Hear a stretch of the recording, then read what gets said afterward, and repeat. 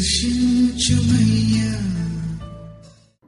మన రక్షకుడైన ప్రభు అయిన యేసుక్రీస్తు పరిశుద్ధ నామములో మీ అందరికీ శుభములు తెలియచేయుచున్నాను. ఈరోజు బలపరిచే వాక్యము విలాప వాక్యముల గ్రంథము 1వ అధ్యాయము 12వ వచనము. త్రోవ నడుచు వార్లారా, ఇలాగ జరుగుట చూడగా మీకు చింత లేదా? యెహోవా తన ప్రచండ కోప దినమున నాకు కలగజేసిన శ్రమ వంటి శ్రమ మరి ఎవరికైనాను కలిగినదో లేదో మీరు నిదానించి చూడండి.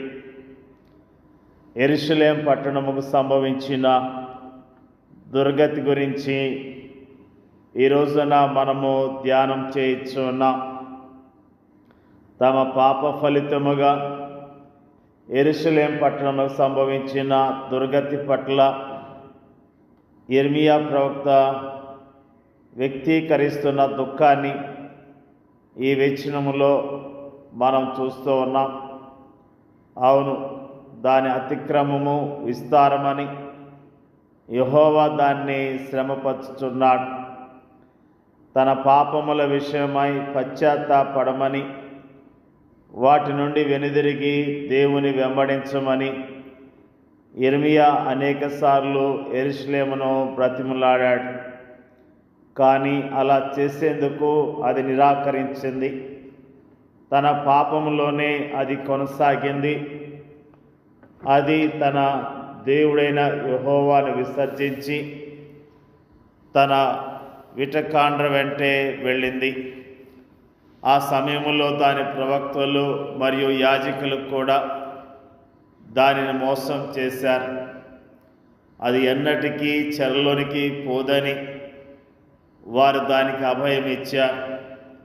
యిర్మీయా మాటలను ఆ పట్టణము అపహాస్యం చేసింది, నిర్లక్ష్యం చేసింది. దాని కఠిన హృదయం పట్లను, దాని లోబడనొల్లని స్వభావం పట్లను యిర్మీయా తన హృదయములో విలపించాడు. గిలాదులో గుగ్గిలం ఏమీ లేదా? అక్కడ ఏ వైద్యుడునూ లేడా? నా జనులకు స్వస్థత ఎందుకు కలగకపోవచ్చున్నది అంటూ అతడు వాపోయాడు. అవును, గొప్ప వైద్యుడు అక్కడ ఉన్నాడు. స్వస్థపరిచే ఆయన వాక్యమనే ఔషధం కూడా వారికి అందుబాటులో ఉంది. అయినప్పటికీ వారు ఆ వైద్యుని నిరాకరించారు, ఆ ఔషధాన్ని కూడా నిరాకరించారు. అయితే ఈనాటి మన ధ్యాన వచనం లోతుల్లోకి మనం వెళ్ళినట్లయితే మన ప్రభువుని యేసు వ్యక్తీకరించిన తీవ్రమైన దుఃఖము ఇందులో మనకు కనిపిస్తుంది. నిజమైన యిర్మీయాగా ఆయన యెరూషలేము దుస్థితి పట్ల విలపించాడు. నమ్మకముగాను ప్రేమపూర్వకముగాను ఆయన దాని పాపస్థితిని గురించి హెచ్చరించాడు. ఆ తరువాత ఆయన దాని పాపముల నిమిత్తము బలి పశువులాగా సిలువకు వెళ్ళాడు. ఇశ్రాయేలీయుల శత్రువులు యెరూషలేము దుర్గతి పట్ల ఎంతగా ఆనందించారో మన ప్రభు అయిన యేసు శత్రువులు కూడా ఆయన శ్రమానుభవాల పట్ల అంతగా ఆనందించారు. ఆయన తీవ్రమైన వేదన అనుభవిస్తుండగా ఆయనను హింసించిన వారు ఆనందముతో ఆయనను అపహాస్యం చేశారు. ఆ మార్గమున వెళ్ళుచున్న వారు తమ తలలుచుచు ఆయనను దూషించారు. ప్రియ సహోదరి సహోదరుడా, ఈ సమయంలో నీవు తీవ్రమైన దుఃఖములో ఉన్నావా? నీ దుఃఖాన్ని నేను తక్కువ చేసి మాట్లాడను, కానీ ప్రభు అనుభవించిన దుఃఖంతో పోల్చినప్పుడు నీ దుఃఖము స్వల్పమైనది. మన పాపపు శిక్షను అనుభవిస్తూ ఆయన అనుభవించిన వేదనకరమైన దుఃఖాన్ని వేరెవరి దుఃఖముతోనూ మనం పోల్చలేం.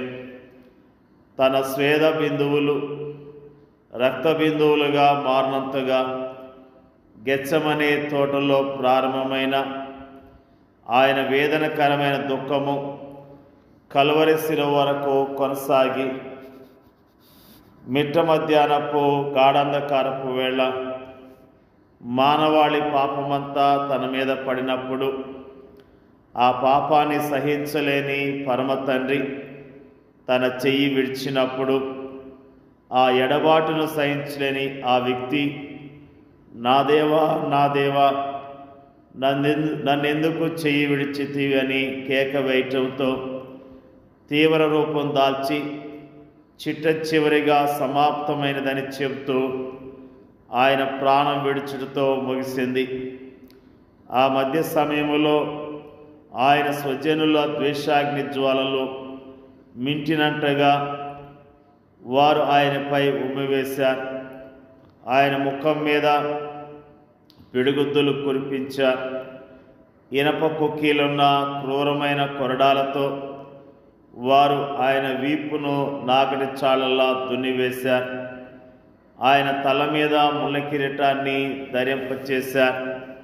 భారమైన శిలువను ఆయన భుజాలపై పెట్టి యెరూషలేము వీధుల గుండా కల్వరిగిరి వరకు ఆయన నడిపించారు. పదునైన ఇనప మేకులతో ఆయన్ను శిలువకు బంధించి మండుటెండలో ఆకాశానికి భూమికి మధ్యలో వేలాడదీశారు. ఈ ప్రక్రియ అంతటిలో ఆయన నడినెత్తి నుండి అరికాల వరకు రక్తము ప్రవహిస్తూనే ఉంది. అలా నడినెత్తి నుండి అరికాల వరకు రక్తసిద్ధమై ఉన్న ఆ వ్యక్తిని చూచి వారు అపహాస్యము చేస్తూ పైచాచికానందాన్ని అనుభవించారు. ప్రభువైన యేసు ఇంతటి దుఃఖాన్ని ఎందుకు అనుభవించాడు? నీ పాపాల నిమిత్తమే, నిన్ను దేవునితో సమాధానపరిచేందుకే, నీకు ఆత్మకు రక్షణను ప్రసాదించి నిన్ను పరలోకానికి తీసుకుని వెళ్ళేందుకే. అంతేకాదు, నీ దుఃఖ సమయాల్లో నీకు ఆదరణ ఇచ్చేందుకును, నీ హృదయ గాయాలను కట్టి నిన్ను స్వస్థపరిచేందుకును, నీ జీవితాన్ని బాగు చేసి నిన్ను తిరిగి సమకూర్చేందుకును ఆయన అంతటి దుఃఖాన్ని, వేదనను అనుభవించాడు. దేవుని ప్రజలమైన మనము ప్రభు యొక్క గొప్పతనాన్ని జ్ఞాపకం చేసుకుందాం. ప్రభు మన కొరకు ఎంతటి త్యాగాన్ని చేశాడో, ఎంతగా మన కొరకు త్యాగం చేసి మనల్ని విడిపించాడో వాటన్నిటినీ గుర్తు తెచ్చుకొని ఆయన మహిమపడదాం. దేవుడి యొక్క వాక్యాన్ని దీవించునుగాక. పరిశుద్ధుడైన మా తండ్రి, నీకు వందనాలు, స్తోత్రాలు తెలియజేస్తూ ఉన్నాం. ఈరోజు మాకు తెలియజేస్తున్న అద్భుతమైన మాటలను బట్టి నీకు స్తోత్రం తెలియజేస్తూ ఉన్నాం. నీ శిలువ త్యాగాన్ని బట్టి, నీ యొక్క ప్రభువా, నీ యొక్క మరణాన్ని బట్టి, పునరుత్థానం బట్టి నీకు వందనాలు, స్తోత్రాలు తెలియజేస్తూ ఉన్నాం. ప్రభువా, మీరు చేసిన త్యాగము ద్వారా మమ్మల్ని విడిపించిన విధానం బట్టి నీకు వందనాలు, స్తోత్రములు తండ్రి. మాకు ఇచ్చిన రక్షణ బట్టి నీకు వందనాలు తెలియజేస్తూ ఉన్నాం. నీ ప్రజలముగా ఈ లోకములో ప్రభువా నిన్ను ప్రకటిస్తూ, నిన్ను ఘనపరుస్తూ, నీ కొరకు జీవించడానికి మీరే సహాయం చేయమని ప్రార్థన చేయించున్నాం తండ్రి. మా దేశంలో ప్రపంచవ్యాప్తంగా ఉన్న నీ ప్రజలను మీరు కరుణించండి ప్రభువా, నీకు స్తోత్రాలు. నిర్లక్ష్యముతో ఉన్న ప్రతి విశ్వాసతో మీరు మాట్లాడండి. నిర్లక్ష్యముతో ఉన్న వారి జీవితాలను బాగు చేయండి. నిర్లక్ష్యముతో ఉన్న వారు వాక్యానికి లోబడి సరిచేసుకొని యోగ్యముగా నీ కొరకు జీవించడానికి, నీ రాకడ కొరకు ఎదురు చూడటానికి మీరే సహాయం చేయమని ప్రార్థన చేయించున్నాం తండ్రి. మరి ముఖ్యంగా మా దేశాన్ని మీరు కరుణించండి. కోట్ల కొలది ప్రజలు ఉన్నారు. నీ త్యాగం యొక్క విలువ తెలియని వారు ఉన్నారు. ఎంతోమంది నీ నామాన్ని తెలియక చీకటిలో తచ్చాడుచు ఉన్నారు. అలాంటి ప్రజలకు నీ వాక్యము ప్రకటించబడటానికి ప్రతి మారుమూల గ్రామానికి, మారుమూల పట్టణాలకు పల్లెలకు నీ సువార్త వెళ్ళటానికి, అనేకులు నీ వాక్యాన్ని విని రక్షణ పొందటానికి నీ నామంలో దీవించబడతాను సహాయం చేయమని యేసుక్రీస్తు నామములో అడిగి వేడుకొంచున్నాం తండ్రి. ఆమేన్.